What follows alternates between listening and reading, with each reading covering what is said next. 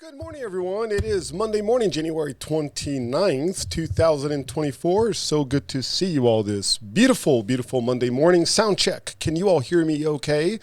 Want to make sure that y'all can hear me without any issues. So let's go ahead and get some thumbs up if you can hear me without any problems.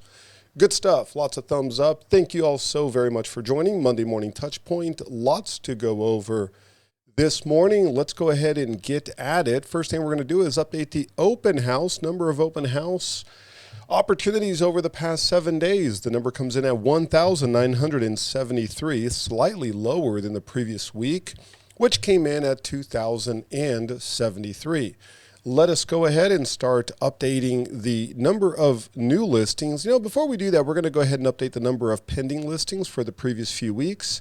Keep in mind that we always focus on the 6-county area. That's going to be Travis, Williamson, Bastrop, Caldwell, Burnett, and Hayes County. We're going to go residential from January 15th all the way through January 22nd. Number of pending listings comes in at a very healthy and a very surprising 429.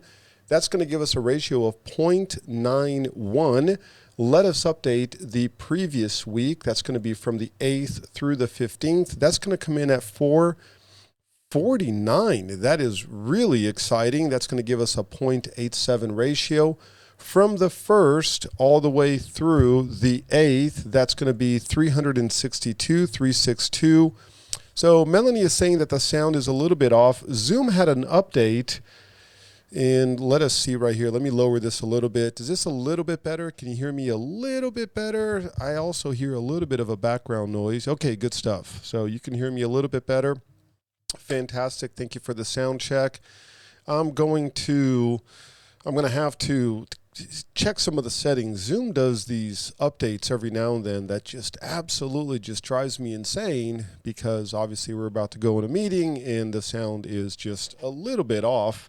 But we're just going to have to roll with it, and then I'm going to have to spend some time adjusting it. So bear with me. From the 1st through the 8th, we've got 362. We went ahead and updated that number, and then we're going to go from the 25th all the way through the 1st. That's going to give us 289. Then we're going to go from the 18th all the way through the 25th. That's going to give us 355. We're going to go from the 11th all the way through the 18th. That's going to give us 478. And then we're going to go from the 4th through the 11th. Isn't this amazing just how long? Just agents are still updating properties that went pending back in the first week of December. That's going to give us 438. And that will conclude all of our previous week's updates. Let's go ahead and start updating this week. That's going to be from the 22nd all the way through today. Keep in mind that all of these are going to update again tomorrow morning, except for the pending. We will not only update it tomorrow morning, but also, as you can see, we're going to update it for the next month, month and a half. 80% of the updates will happen in the next 10 days. And then you always have agents that will update the information later on. Number of new listings comes in at 727, slightly lower than expected. The number of price increases comes in at 152. The number of price decreases comes in at 771. That's 84%, slightly bigger than the week before, which came in at 82%. Back on the market, we are at 154 back on the market. That's 21%, slightly lower than last week. Looks like things are normalizing. Active under contract at a unbelievably healthy 467. We are noticing activity pick up. The activity index has been over 25% now for a few weeks, which is very encouraging. Buyers are coming back, and with today's hopefully repricing on the positive side for rates, because the bond market is experiencing a pretty big demand, especially with what happened in China with Evergrande. Once the China's largest property developer, they have over $300 billion in liabilities, and they were ordered by a court in Hong Kong to liquidate. Now, they do have roughly $240 billion worth of assets. I do not believe that number. I think it's way less. I think a lot of those assets are dramatically overvalued. A lot of vacant properties, properties that have not been completed. But it is a shock through China's commercial real estate market, or real estate market in general. And the Bank of China, or the government of China, the CCP, they are not bailing them out. They're just letting them just go bankrupt. I wish we would do that here sometimes. Just let the chips fall. If they made bad bets, let the chips fall.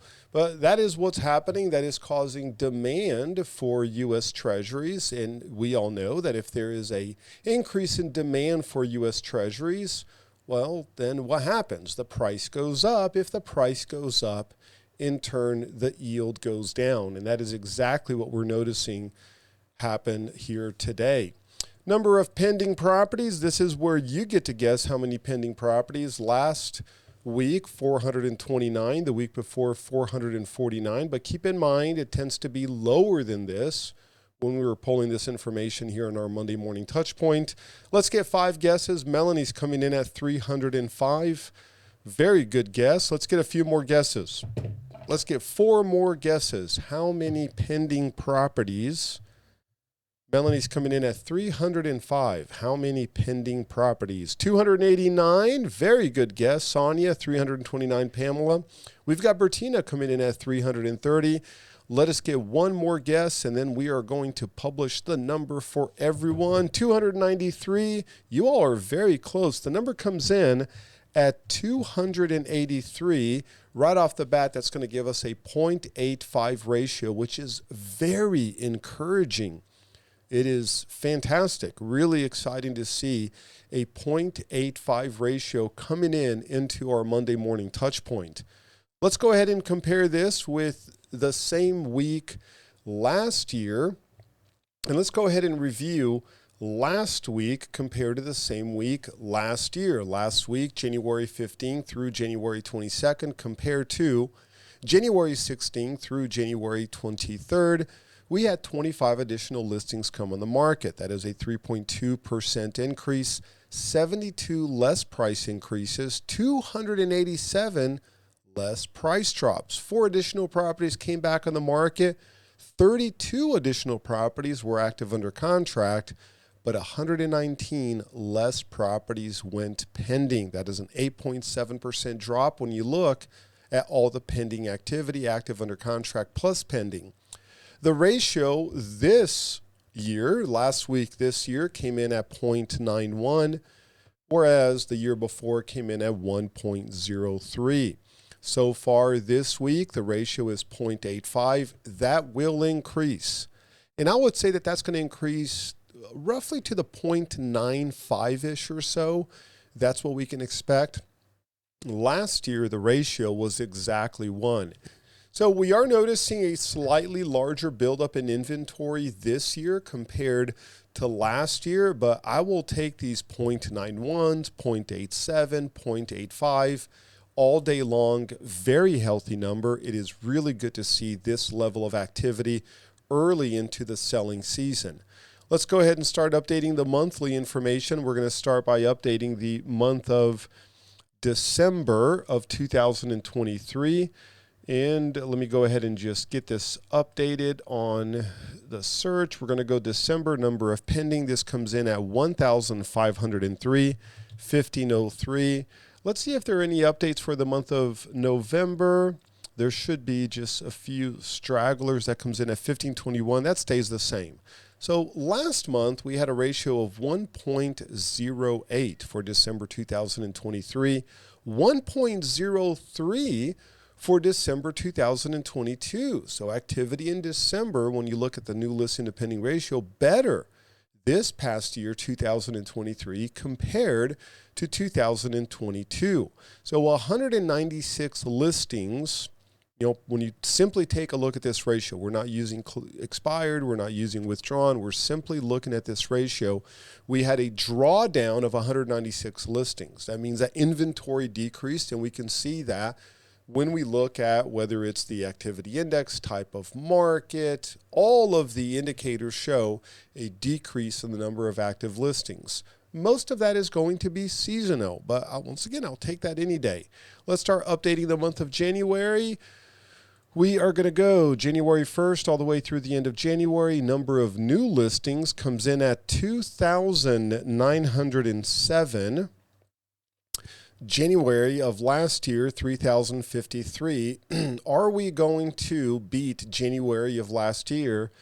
We have, so today's the 29th, 30, 31st. We've got 2 days. Are we going to beat that? We need a 93 plus 53. So 93 plus 53 comes into 146. Are we going to get 146 new listings come on the market between now and 11:59 p.m. on the 31st, 2.5 days? I would say yes. I'd say we are. I'd say we're going to get very close, but we're going to beat that number by single digits, in my personal opinion. So we're going to have a little bit more new listings come on the market this January 2024 compared to January 2023. How many price increases? We are currently at 707. How many price decreases? We are at 3,213. That's going to give us an 82% reading compared to 84% January of 2023. So as a percentage, less price decreases compared to January of 2023. Once again, a positive number. Let's take a look at back on the market. We're going to come in at 646 back on the market. That is a 22%. So far, all the indicators are positive compared to January of 2023. We've got less back on the market. We've got a lower percentage on price drops. We're moving in the right direction. Active under contract, what's going on with this? We are at 1,470. And looks like we're going to be January 2023. That came in at 1,534. We are already at 1,470. So we only need 64 additional active under contract to beat January of last year. We're going to hit that number. And lastly, when you look at pendings, let's take a look at pending, and this number comes in at 1,304. But keep in mind, agents are horrible with updating information. I do expect this number to go up dramatically. Are we going to be January 2023 when you look at pending? And I'm going to go out on a limb and say, yes, we are. I would say we're going to have a better January 2024 compared to January of 2023 when you look at all of the indicators.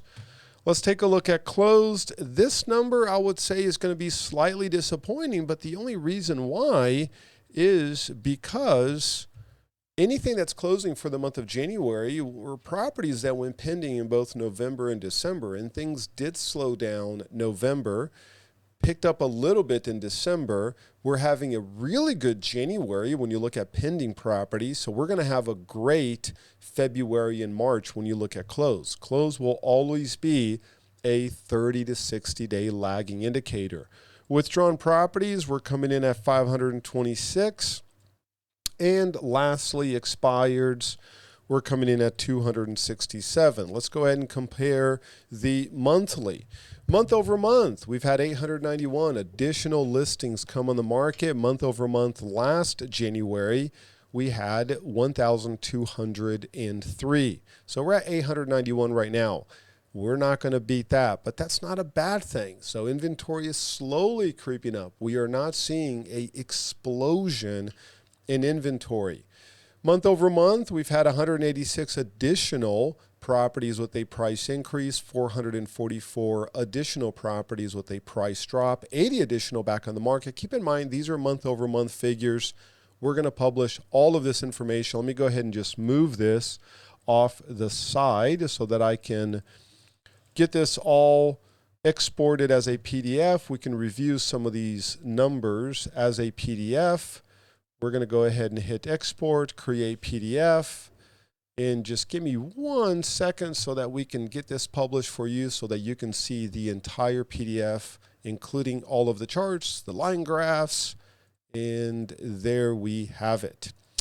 As you can see, interest rates are stabilizing right now. We're holding steady around, and keep in mind these rates are directly from Fannie Mae, so we're at 6.6%. Thankfully in Austin, we have a little bit better rates than what Fannie Mae is publishing. Robert went ahead and sent me the rate sheet for this morning.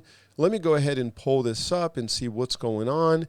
Give me 2 seconds so that I can get Robert's rate sheet. He sent me that information early this morning, and we are at 6.490, so that held the pricing that we had on Friday. I would say with the positive improvement that we've seen within the bond market, hopefully that'll go down just a little bit. If we continue to see the momentum within the bond market, we can expect the 6.375-ish or so, but we're still early into the trading cycle. Things could change dramatically. Very important week this week for economic indicators. I'm going to show you the economic schedule for the entire week. This week is going to be all about home price index and employment. Thursday, Friday, big dates when it comes to employment figures. Let me show you a few other things. This is the month-over-month comparison. Let's go ahead and compare the year-over-year. January 2024 compared to January 2023. So far, we've had 146 less new listings come on the market. I would say that we're going to get very close to January of 2023. And I would say we're going to beat it by single digits. 228 less price increases, and take a look at this very positive, encouraging number, 1,578 less price decreases. So we've had way more price drops January 2023 as opposed to January 2024. Does that signify that we are reaching like that bottom of the market, that just the sellers are like, I just can't go down any further? Like I said before, we could very well look back, come June, July, August timeframe, look back and say, yeah, October, November was the bottom of the market. And now we're seeing this creep up in activity, more demand. Buyers are now used to the 6% interest rate. They're fine with that. They like the pricing that they're seeing. They're attracted by those price drops. Let's go ahead and move forward and put an offer on a property. We're noticing that already. Your phones are ringing more. Website activity is up. Leads are being generated. So far, we're starting the year in a very positive note, and that's really good to see. Now, we are down 19% year over year when you look at active under contract plus pending, but this number is going to shrink. This 19% drop is going to shrink dramatically because so many agents are delayed in updating, especially the pending. We will get 64 additional properties active under contract in the next day and a half-ish or so, or 2 days.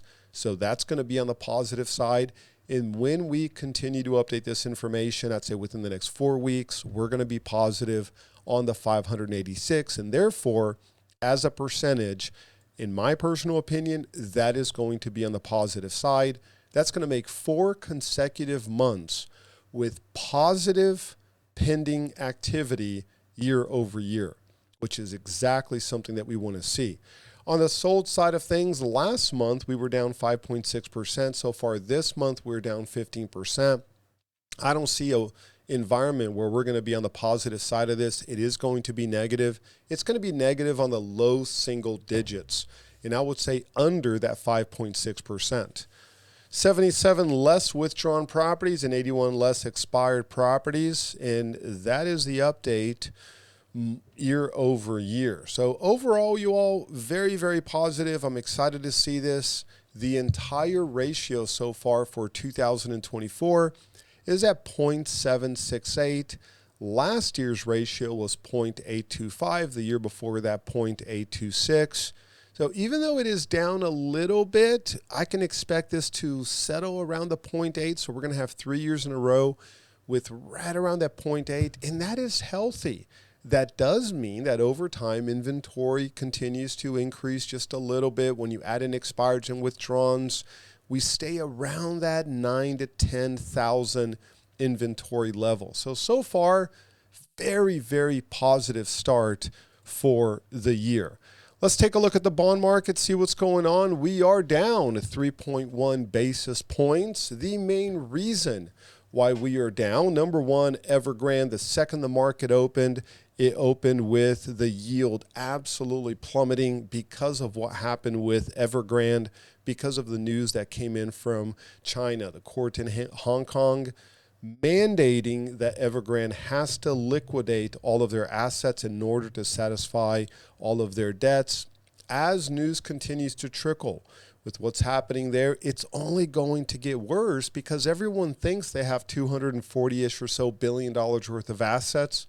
I would comfortably put that figure at less than half. I would even say it is not $240 billion. Those assets are grossly overvaluated. I would even say that it is 30 cents on the dollar. So you're going to see continued news from China coming in. That is not great. Their economy is absolute garbage right now.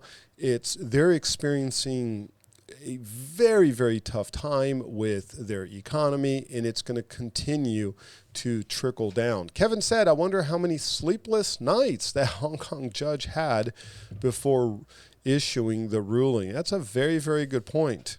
Well, and, once again, the CCP is not standing in and bailing them out. Like, hey, you guys dug your own grave, so go at it. But it certainly did shock the world. Everyone knew it was coming, but once it hit the entire news cycle, it was like, oh, wow, like this is real. This is going on. Now, on our side of the pond, Blackstone, do y'all know Blackstone? They are arguably the world's largest owner of commercial properties and real estate. They posted a drop of 75% in profits. And that news came out Thursday/Friday or so. Well, why is that? Because commercial property values are down, not only in America, but across the entire world. So therefore, their profits are down 75%. Pretty eye-opening. Well, what's going to happen this week, and why is this week so important? Dallas Fed Manufacturing Index came in, and it was nothing short of pitiful. It was absolutely awful, and you can see the breakdown of this information on this chart. We were down. Dallas Fed Manufacturing Index down substantially. I mean, this was a big, big shocker. They were expecting, let me go ahead and just get this here for you. Previous was down 10.4%. They were expecting it to be negative, even though they didn't post the forecast. They're like, okay, well, maybe we're down in 10, 15%. Oh, no way. It came down 27.4%. And here's the breakdown. Production down 16.6. Capacity utilization down 15.5. Orders down 2.4. Unfilled orders down, shipments down, delivery time down. Now, one number, and we went ahead and just highlighted this with a little circle, prices paid for raw materials up 2.4%. Prices received for finished goods down 6%. So the cost of the material is up, but the price of what they can ship the material is down. Someone's losing money. Wages and benefits down 4.3, employment down, hours worked down. And take a look at the percentage that reported a decrease. Some of these are substantial. Shipments down 30%. Production down 31.6%. So these are leading indicators. This is on the manufacturing side of things. So, this was not good news, especially for our region, for our state, and this is contributing to the demand for 10-year treasuries and therefore the drop in the yield. Now, why is this week so important for rates? Tomorrow, we're going to have the Standard & Poor's, that's S&P, CS stands for Case-Shiller, HPI stands for Home Price Index. What is happening with real estate across the nation? Once they publish this, we are then going to update the National Market Index. This is the resource that we update once that figure is released. What we do in order to compare apples to apples is we divide the HPI that they give us, the home price index, by the CPI. the consumer price index. So we adjust it for inflation. Now, we've got this going all the way back to January 1st of 1900, but this does a really good job showing, adjusted for inflation, what's happened with national home prices. That's what this resource does, and we're going to be able to update this resource at 8 a.m. tomorrow. We're also going to have CB, Consumer Board, Confidence, Consumer Confidence. That's out at 9 a.m. That's very important. I'd say that that's going to come in better than anticipated, better than 115. We're also going to have JOLT. JOLT stands for Job Opening and Labor Turnover. How many jobs are currently available within the economy? And then how many people quit? How many people were forced out of their existing jobs over the past month? Wednesday, we're going to have a lot of employment information coming out. ADP non-farm payroll or employment change, that comes out on Wednesday. And then finally, we're going to have the FOMC statement. What does FOMC stand for? The Federal Open Market Committee. That's the Fed. They're going to issue their statement. They're going to make their interest rate decision. They're not going to increase rates. They're not going to decrease rates. They're not expecting to increase or decrease rates until the third or fourth quarter of this year. But they're going to publish what's called a dot plot report. They survey all of the voting members of the Fed, and they say, where do you expect rates to be later on this year, each quarter, next year, and next year? And they plot all of those expectations into a grid. We are going to share that grid with you. I'll have it available for the Friday meeting, and that creates a dot plot report. And everyone is obsessed with their statement, their decision, their press conference, and more importantly, their dot plot report. That's going to influence rates dramatically. It could go either way. We have no idea what's going to happen. So my recommendation for buyers will always be work with a lender that will lock in float, lock in the rate that they're comfortable with right now, and then float it, meaning if rates go down, they can capture that new rate. If rates go up, it doesn't affect them because they locked in that rate. This is going to be a huge week for rates starting Wednesday, going into Thursday, because Thursday we're going to have productivity, labor costs, construction spending, job cuts, and then we're going to have Friday. What is unemployment like? What's the U6? U6 means the broad unemployment, including part-time workers and all of that. And then we're going to have the unemployment rate. The expectation is that the unemployment rate will go up slightly from 3.7% to 3.8%. That's going to come out Friday at 7:30 a.m. So I'm going to have about 4 or 5 slides that are blank. And then Friday at 7:45 a.m., I'm going to have to copy and paste a bunch of information, dump it on the Friday morning meeting updates so that we can discuss what exactly happened with the bond market, with interest rates, with the overall economy, with all of the data that's going to be released Friday morning. So this is a huge week for rates. And all I can say, you all, it could go one of two ways. Let's go back 3 months. It could shoot up to the 4.3 range, or it could plummet down to the 3.8. Maybe not that drastic. I'm just hopeful. But it's going to be a crazy, wild week when it comes to rates. So be sure to join us for our Wednesday morning meeting over Zoom, our training session over Zoom. We're going to talk a little bit about this because by Wednesday morning, we would have already had the consumer confidence, S&P home price index. Oh, actually, take a look at this. This just happened. The 6-month bond auction came in better than expected, which is really good. Now that the 6-month bond auction result is published, what can we do? Well, we can go ahead and update our cap rate resource. When you go to Insight and Statistics for Lease, you scroll down, you click on cap rate.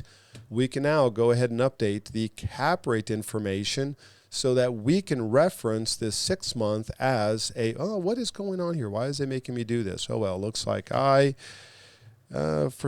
I access these resources so often, it's like, hey, I think that we're detecting multiple traffic requests for this resource. Well, yeah, it's because I access it.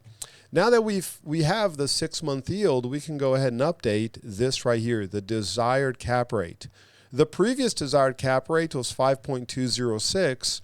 The cap rate right now, look at that, 4.985. That's the 6 month bill auction.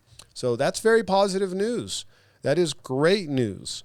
That yield is going down. Therefore, it's going to make real estate slightly more attractive because real estate cap rates are going up. Why are real estate cap rates going up? Because home values are going down. That is why cap rates are going up. And of course, you know that a cap rate is what? It's the net operating income divided by the property value. So if the income is down by 5%, but the value is down by 20, well, then your cap rate is going up. And in some zip codes, the net operating income is not going down. It's at best stabilizing, and then some of them are actually going up in value. Some zip codes, rents are going up in value. Apartment rents, condominium rents are going down year over year, roughly 8.5%, but not property values, though property rentals. Single family property rentals, the average drop on that side of the equation, it's half of that, close to 4%.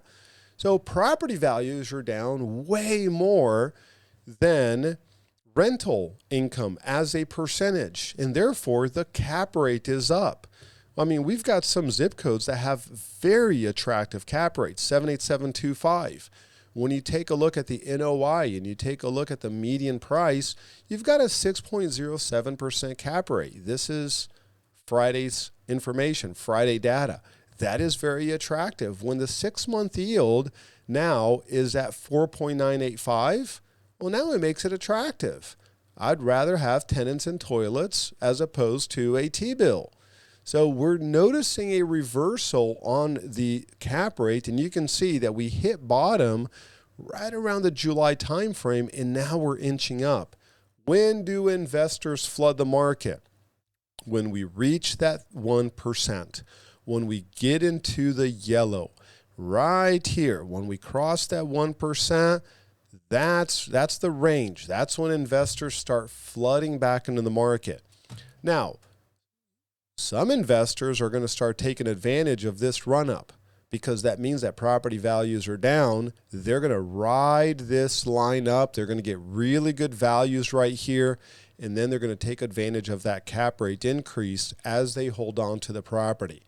So we are noticing some investors entering the market, but the bulk of the investors, the majority of investors, they're not going to come in until this line crosses over into the 1% mark. Once it crosses over into that 1% mark, watch out. That's where the investors start flooding back into the market.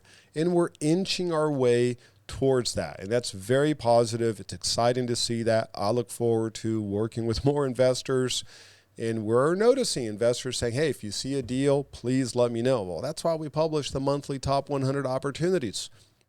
60% of those properties go under contract within a 30 to 45 day period. Why is that? Well, because they are opportunities. They're priced very well, especially in relation to their tax assessed value. So continued positive news so far for the month of January. I could not be more encouraged with what's happening so far in January. Let's take a look at active residential inventory. Let me make this a little bit bigger. Let me tell them that I'm not a robot multiple times because they don't believe me. And let me refresh this page and keep on saying that I'm not a robot. Okay, great. And now it believes me.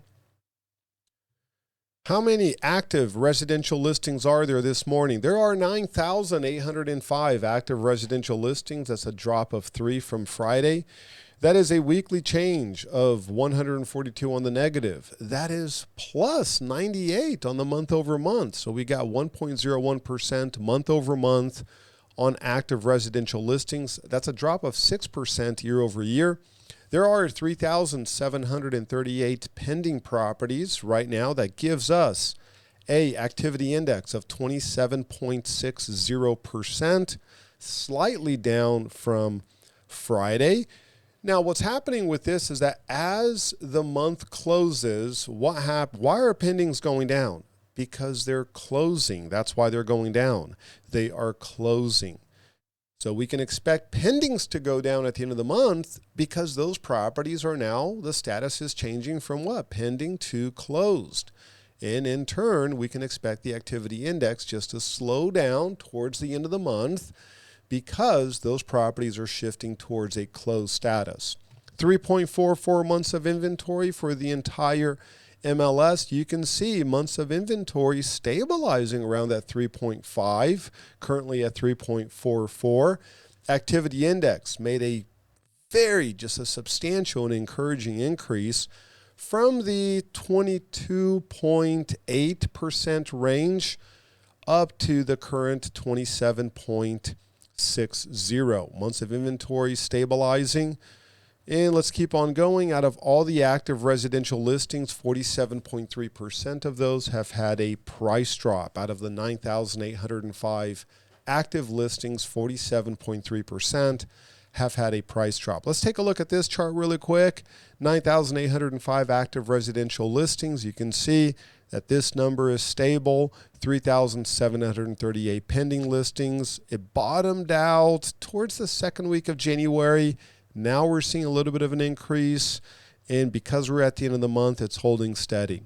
Let's take a look at market cycles, see what's going on with that. We're going to click on Insight in Statistics. We're going to go to Market Cycle. We're going to click I'm Not a Robot 20, 30 times. Now it's going to ask me buses. Here are all the buses. We're going to verify this, and let's see what's going on with Market Cycle. Average sold price for the 6-county area currently at $539,088. That is a drop of 2.5% month over month. Year over year, we're down 3.4%. The median sold price at $428,200. That's a 3% drop month over month, a 4.8% drop year over year. Let me go ahead and download this, make this the entire screen so you can see it a little bit better. We are down so far 20.95% on the average sold price, and we are down 22.15% on the median sold price. That is from when the market peaked May of 2022. It peaked at $550,000. We're currently at $428,200. Let's keep on going. I really like this chart. This is the median price compared to the median price same month 2 years ago. So that's a median sold price versus 20-month prior, and it's currently down 10.98%. When you compare it 3 years prior, so it's the median sold price for the month of January 2024 compared to January of 2021, we are up 16.99%. Let's look at a few additional resources right here. So based on an annual appreciation, actually I'm going to change that top one right there. I just noticed that right there should match this one. So the compound real estate appreciation for the Austin market going back 25 years is 4.976. I'll be sure to update that top. It should match this one right here. Assuming that we've reached the bottom of the market, how long will it take for us to reach back to a peak market value? If we were to apply a 4.976 compound appreciation, it's going to take us 62 months to return to a peak value north of $550,000. That is what this resource aims to equip you with. The average sold price this year at $539,088. That is a drop of 5.3% versus last year at $569,000 on the median side of things. The entire median sold price last year was $448,434. So far this year, the median sold price is $428,200, and that is a 4.5% drop. And you can see the slowdown. Last year, we had a 10.2% drop. So far this year, we're at 4.5%, and obviously better than last year. So that's very positive, both on the dollar side of things and on the percentage side of things. The last thing that I want to cover is going to be the sales density. We're going to go back to Insight and Statistics. We're going to click on sales density. We're going to let them know, oh, now we need to find cars. Let's find all the cars. There we go. Let's take a look at sales density. Let me make this a little bit bigger. And stairs, we're going to find all of the stairs. There we have it. Let me download this information so that you can see it in the entire screen. And there we have it. The projected number of sold properties, 1,313 compared to 1,647 January of last year. And when we adjust that by population, sold properties adjusted by population, sold properties per 100,000 population, we're currently at 52.72. 52.72. We're hoping that a lot of agents are a little bit behind on updating the sold information and that this is going to approach the 60 or so. I do not believe that we're going to come in north of last year, January 2023. That came in at 67.88. We are going to be shy of that. So when you look at this graph, you can just see just how much the market has slowed down. We're having a decent January on the pending side of things. These are leading market indicators, the activity index, the new listing to pending ratio. That's forward thinking. We had a very tough October, November, decent December.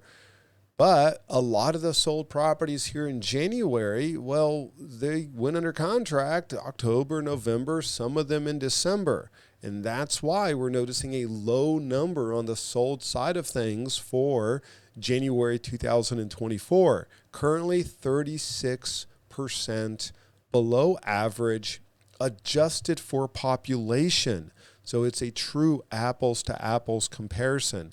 When you look at the number of sold properties per 1,000 realtors, we're at 68.3. 68.3 sold properties per 1,000 realtors. My hope is that it's going to beat the previous low, which was January 2009 at 72.4. Time will tell. We're just going to have to wait and see if that happens. And you can see that we've had 2 years in a row right now down in the red. We are 62% below average. The average number of sold properties per 1,000 realtors is 179.8. Now, January tends to be a lower month. The sales cycle in Austin peaks in May. But when you look at the average across every single month, it's 179.8. We're currently at 68.29. Now, the average for the month of January is right around 118. So we're 41.6% below the average for the month of January. And that's very eye-opening. But keep in mind, I'm going to say this 1,000 times, that's because October and November were very tough months for the market. Very few properties went pending. December was a good month. January is starting out with a bang. January, on all the leading indicators, really nice activity. It's an improvement. It's not going to be the best January on record, not even close, but it's going to be a lot better than what we experienced October, November. December, good month. Those sales are going to be translated into the February, March, April timeframe. But we could not have asked for a better start of the year, especially how we ended last year. As the bond market improves, we can expect rates at best to settle. Hopefully it'll go down a little bit, but the big one is going to be the FOMC statement. What in the world are they going to do with interest rates. What's going to happen if they say that they're going to start lowering the rates come third quarter? That's going to be positive for the mortgage market. If they come out and say, well, we feel like inflation is a little bit on the sticky side of things, no, we're not going to start lowering until fourth quarter, well, then you can expect a sell-off in the bond market, which means prices are going to go down. And if prices go down, the yield will go up. Too early to tell. We're just going to have to wait until Wednesday at noon, 1 p.m. or so to see what they come out with in their dot plot report. We're just going to have to wait and see. And you all, that's all I have to go over. I mean, we're still holding steady at the 3.8 basis point decrease. Actually, a little bit better than when we started the meeting, so that's very positive. But that is all I have for our Monday morning touch point. Any questions? Questions, comments, concerns, criticisms, or complaints? Any questions? Don't forget neighborhood appreciation reports. Get those out. That's going to be the February task, neighborhood appreciation reports. We've got the template. Seth, of course, did an amazing job and was very generous in sharing the template with us. So we all have the neighborhood appreciation report template. No excuse. No excuse on not sending out your neighborhood appreciation report. Sonia, go for it. Good morning. Question. I've been doing the neighborhood appreciation reports, and I know you've talked about this before. So so some neighborhoods are very small, right? So what is the least amount of properties that you do, and how do you choose? Because I was looking, for example, one neighborhood is pretty new, and I love the way you fixed the neighborhood appreciation report because now it doesn't have asterisks or little symbols, right? It's just blank on the year. So it started in 2019. Now, for me, I feel that if I bought there in 2020, it's fine for me to see that there's, 3-4 years rather than use a larger portion of the area. But what are your thoughts on that? Because that's very accurate. There were only 98 properties. The client can see there's not, because it tells you exactly, right, how many properties each year's hold. What are your thoughts on that and how to handle that report? That's a very good question, Sonia. One is I would send it for their specific neighborhood. So I'm always going to do that. In addition to that, I've always been inclined to include, let's say, the middle school, or, the high school is going to give you a big, huge, massive area.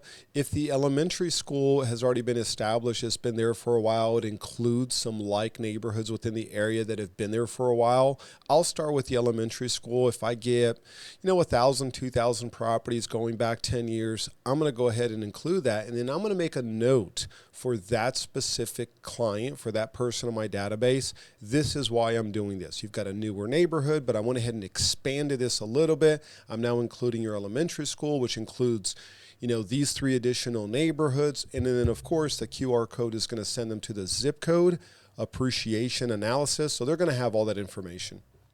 That's fantastic, because I was looking at a zip code and I thought there were over 5,000, and I'm like, that makes no sense. So I went back and I did the little one. I've already printed a couple, but I've just started it. So that's great. I will go ahead and look at the schools. Yeah, Great. and then even some of them, if you've got some of these areas that, the school doesn't make any sense, I'll just do like a 10-mile radius or a 5-mile radius.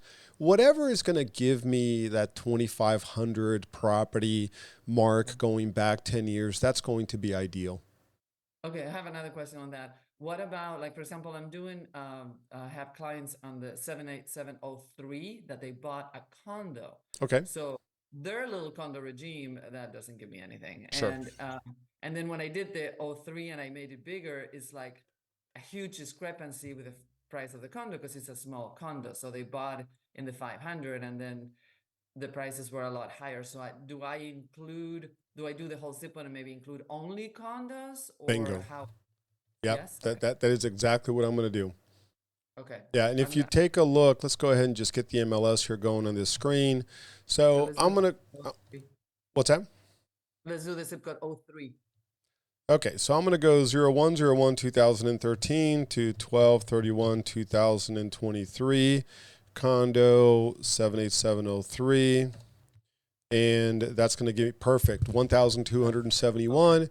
So in that case, I'll be inclined just to give them like If it's a really small condo and all of the sold properties all of last year, including or just even all the sold properties, I'm going to do a market report showing those 25. If it's less than 25, I'm not going to do a neighborhood appreciation report. I'm going to do a market report. If it's a newer condo and 2, 3 properties sold, I'm just going to give them another market report. But I'm going to go back all year, all of last year. And then, hey, this is how your personal condo fared with all condos and all of the zip code going all the way back to 2013. And that's the note that I'm going to make for the client. Okay, no, that's great. I did get the market report last month, this month. No, when I said it's small compared to all the houses, right, and the prices. But once I Sure. eliminate the houses, I think it's probably going to be much more accurate. Okay, I'll redo these because I think there were not a couple of them that they were not so many, right? It doesn't give a good picture Sure. of what's happening in the area. Okay, thank you very much. Oh, of Appreciate that. course. Yeah. Great questions. Love these questions. Good stuff. Any additional questions, you all? Any more questions, comments?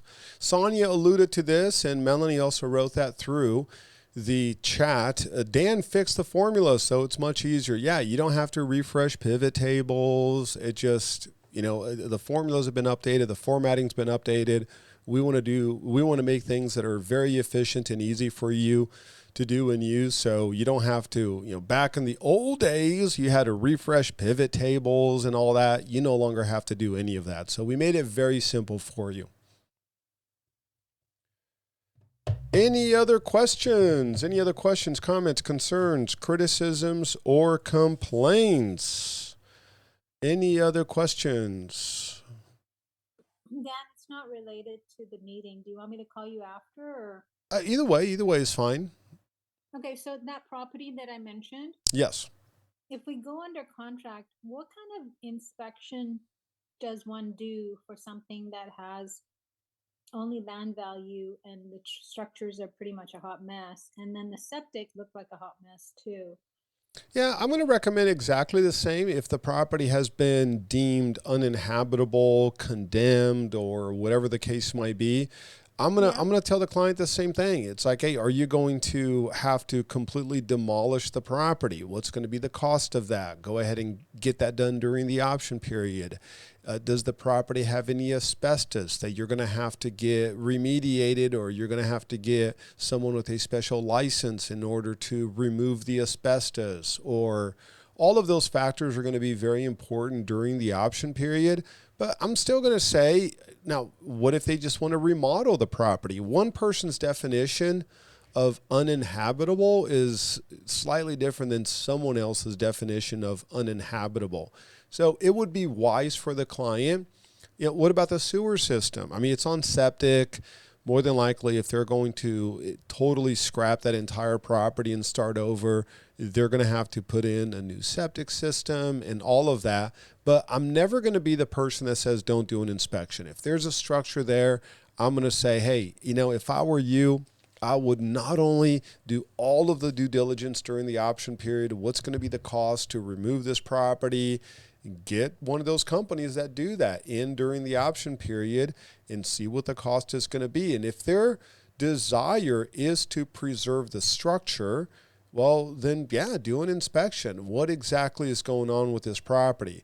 And I would even say this. Have the client call the inspector up front and describe the property and say, hey, inspector, what's your recommendation? I mean, everything is going to come out as not functioning and need a repair. So have the client have that conversation with the inspector. So on the record, I'm going to be there saying, yes, I recommend you do that. Now, if after having a conversation with the inspector, they choose not to, then it wasn't Dan saying, don't worry about that. It's Dan saying, yeah, you need to talk to an inspector. They are the property condition expert, not me. That's going to be the conversation that I'm going to have with the client. That sounds great. Because that inspector could very well say, no, it's just the property is uninhabitable. It just needs to be completely torn down. It's like, you're going to pay me $500 just to say everything needs to be replaced. But it's a conversation I want them having with the inspector. Yeah, that's what I need. Because, their contractor came out before we even made the offer yesterday. We waited for him. And he said he told them it needs to be all torn up. Yep, there you Nothing. go. So it should be an easy conversation with the inspector, but I can never go on record, ever under any circumstance, and none of us could ever go on record saying, no, you don't need an inspection, right? None of us could ever go on record saying that.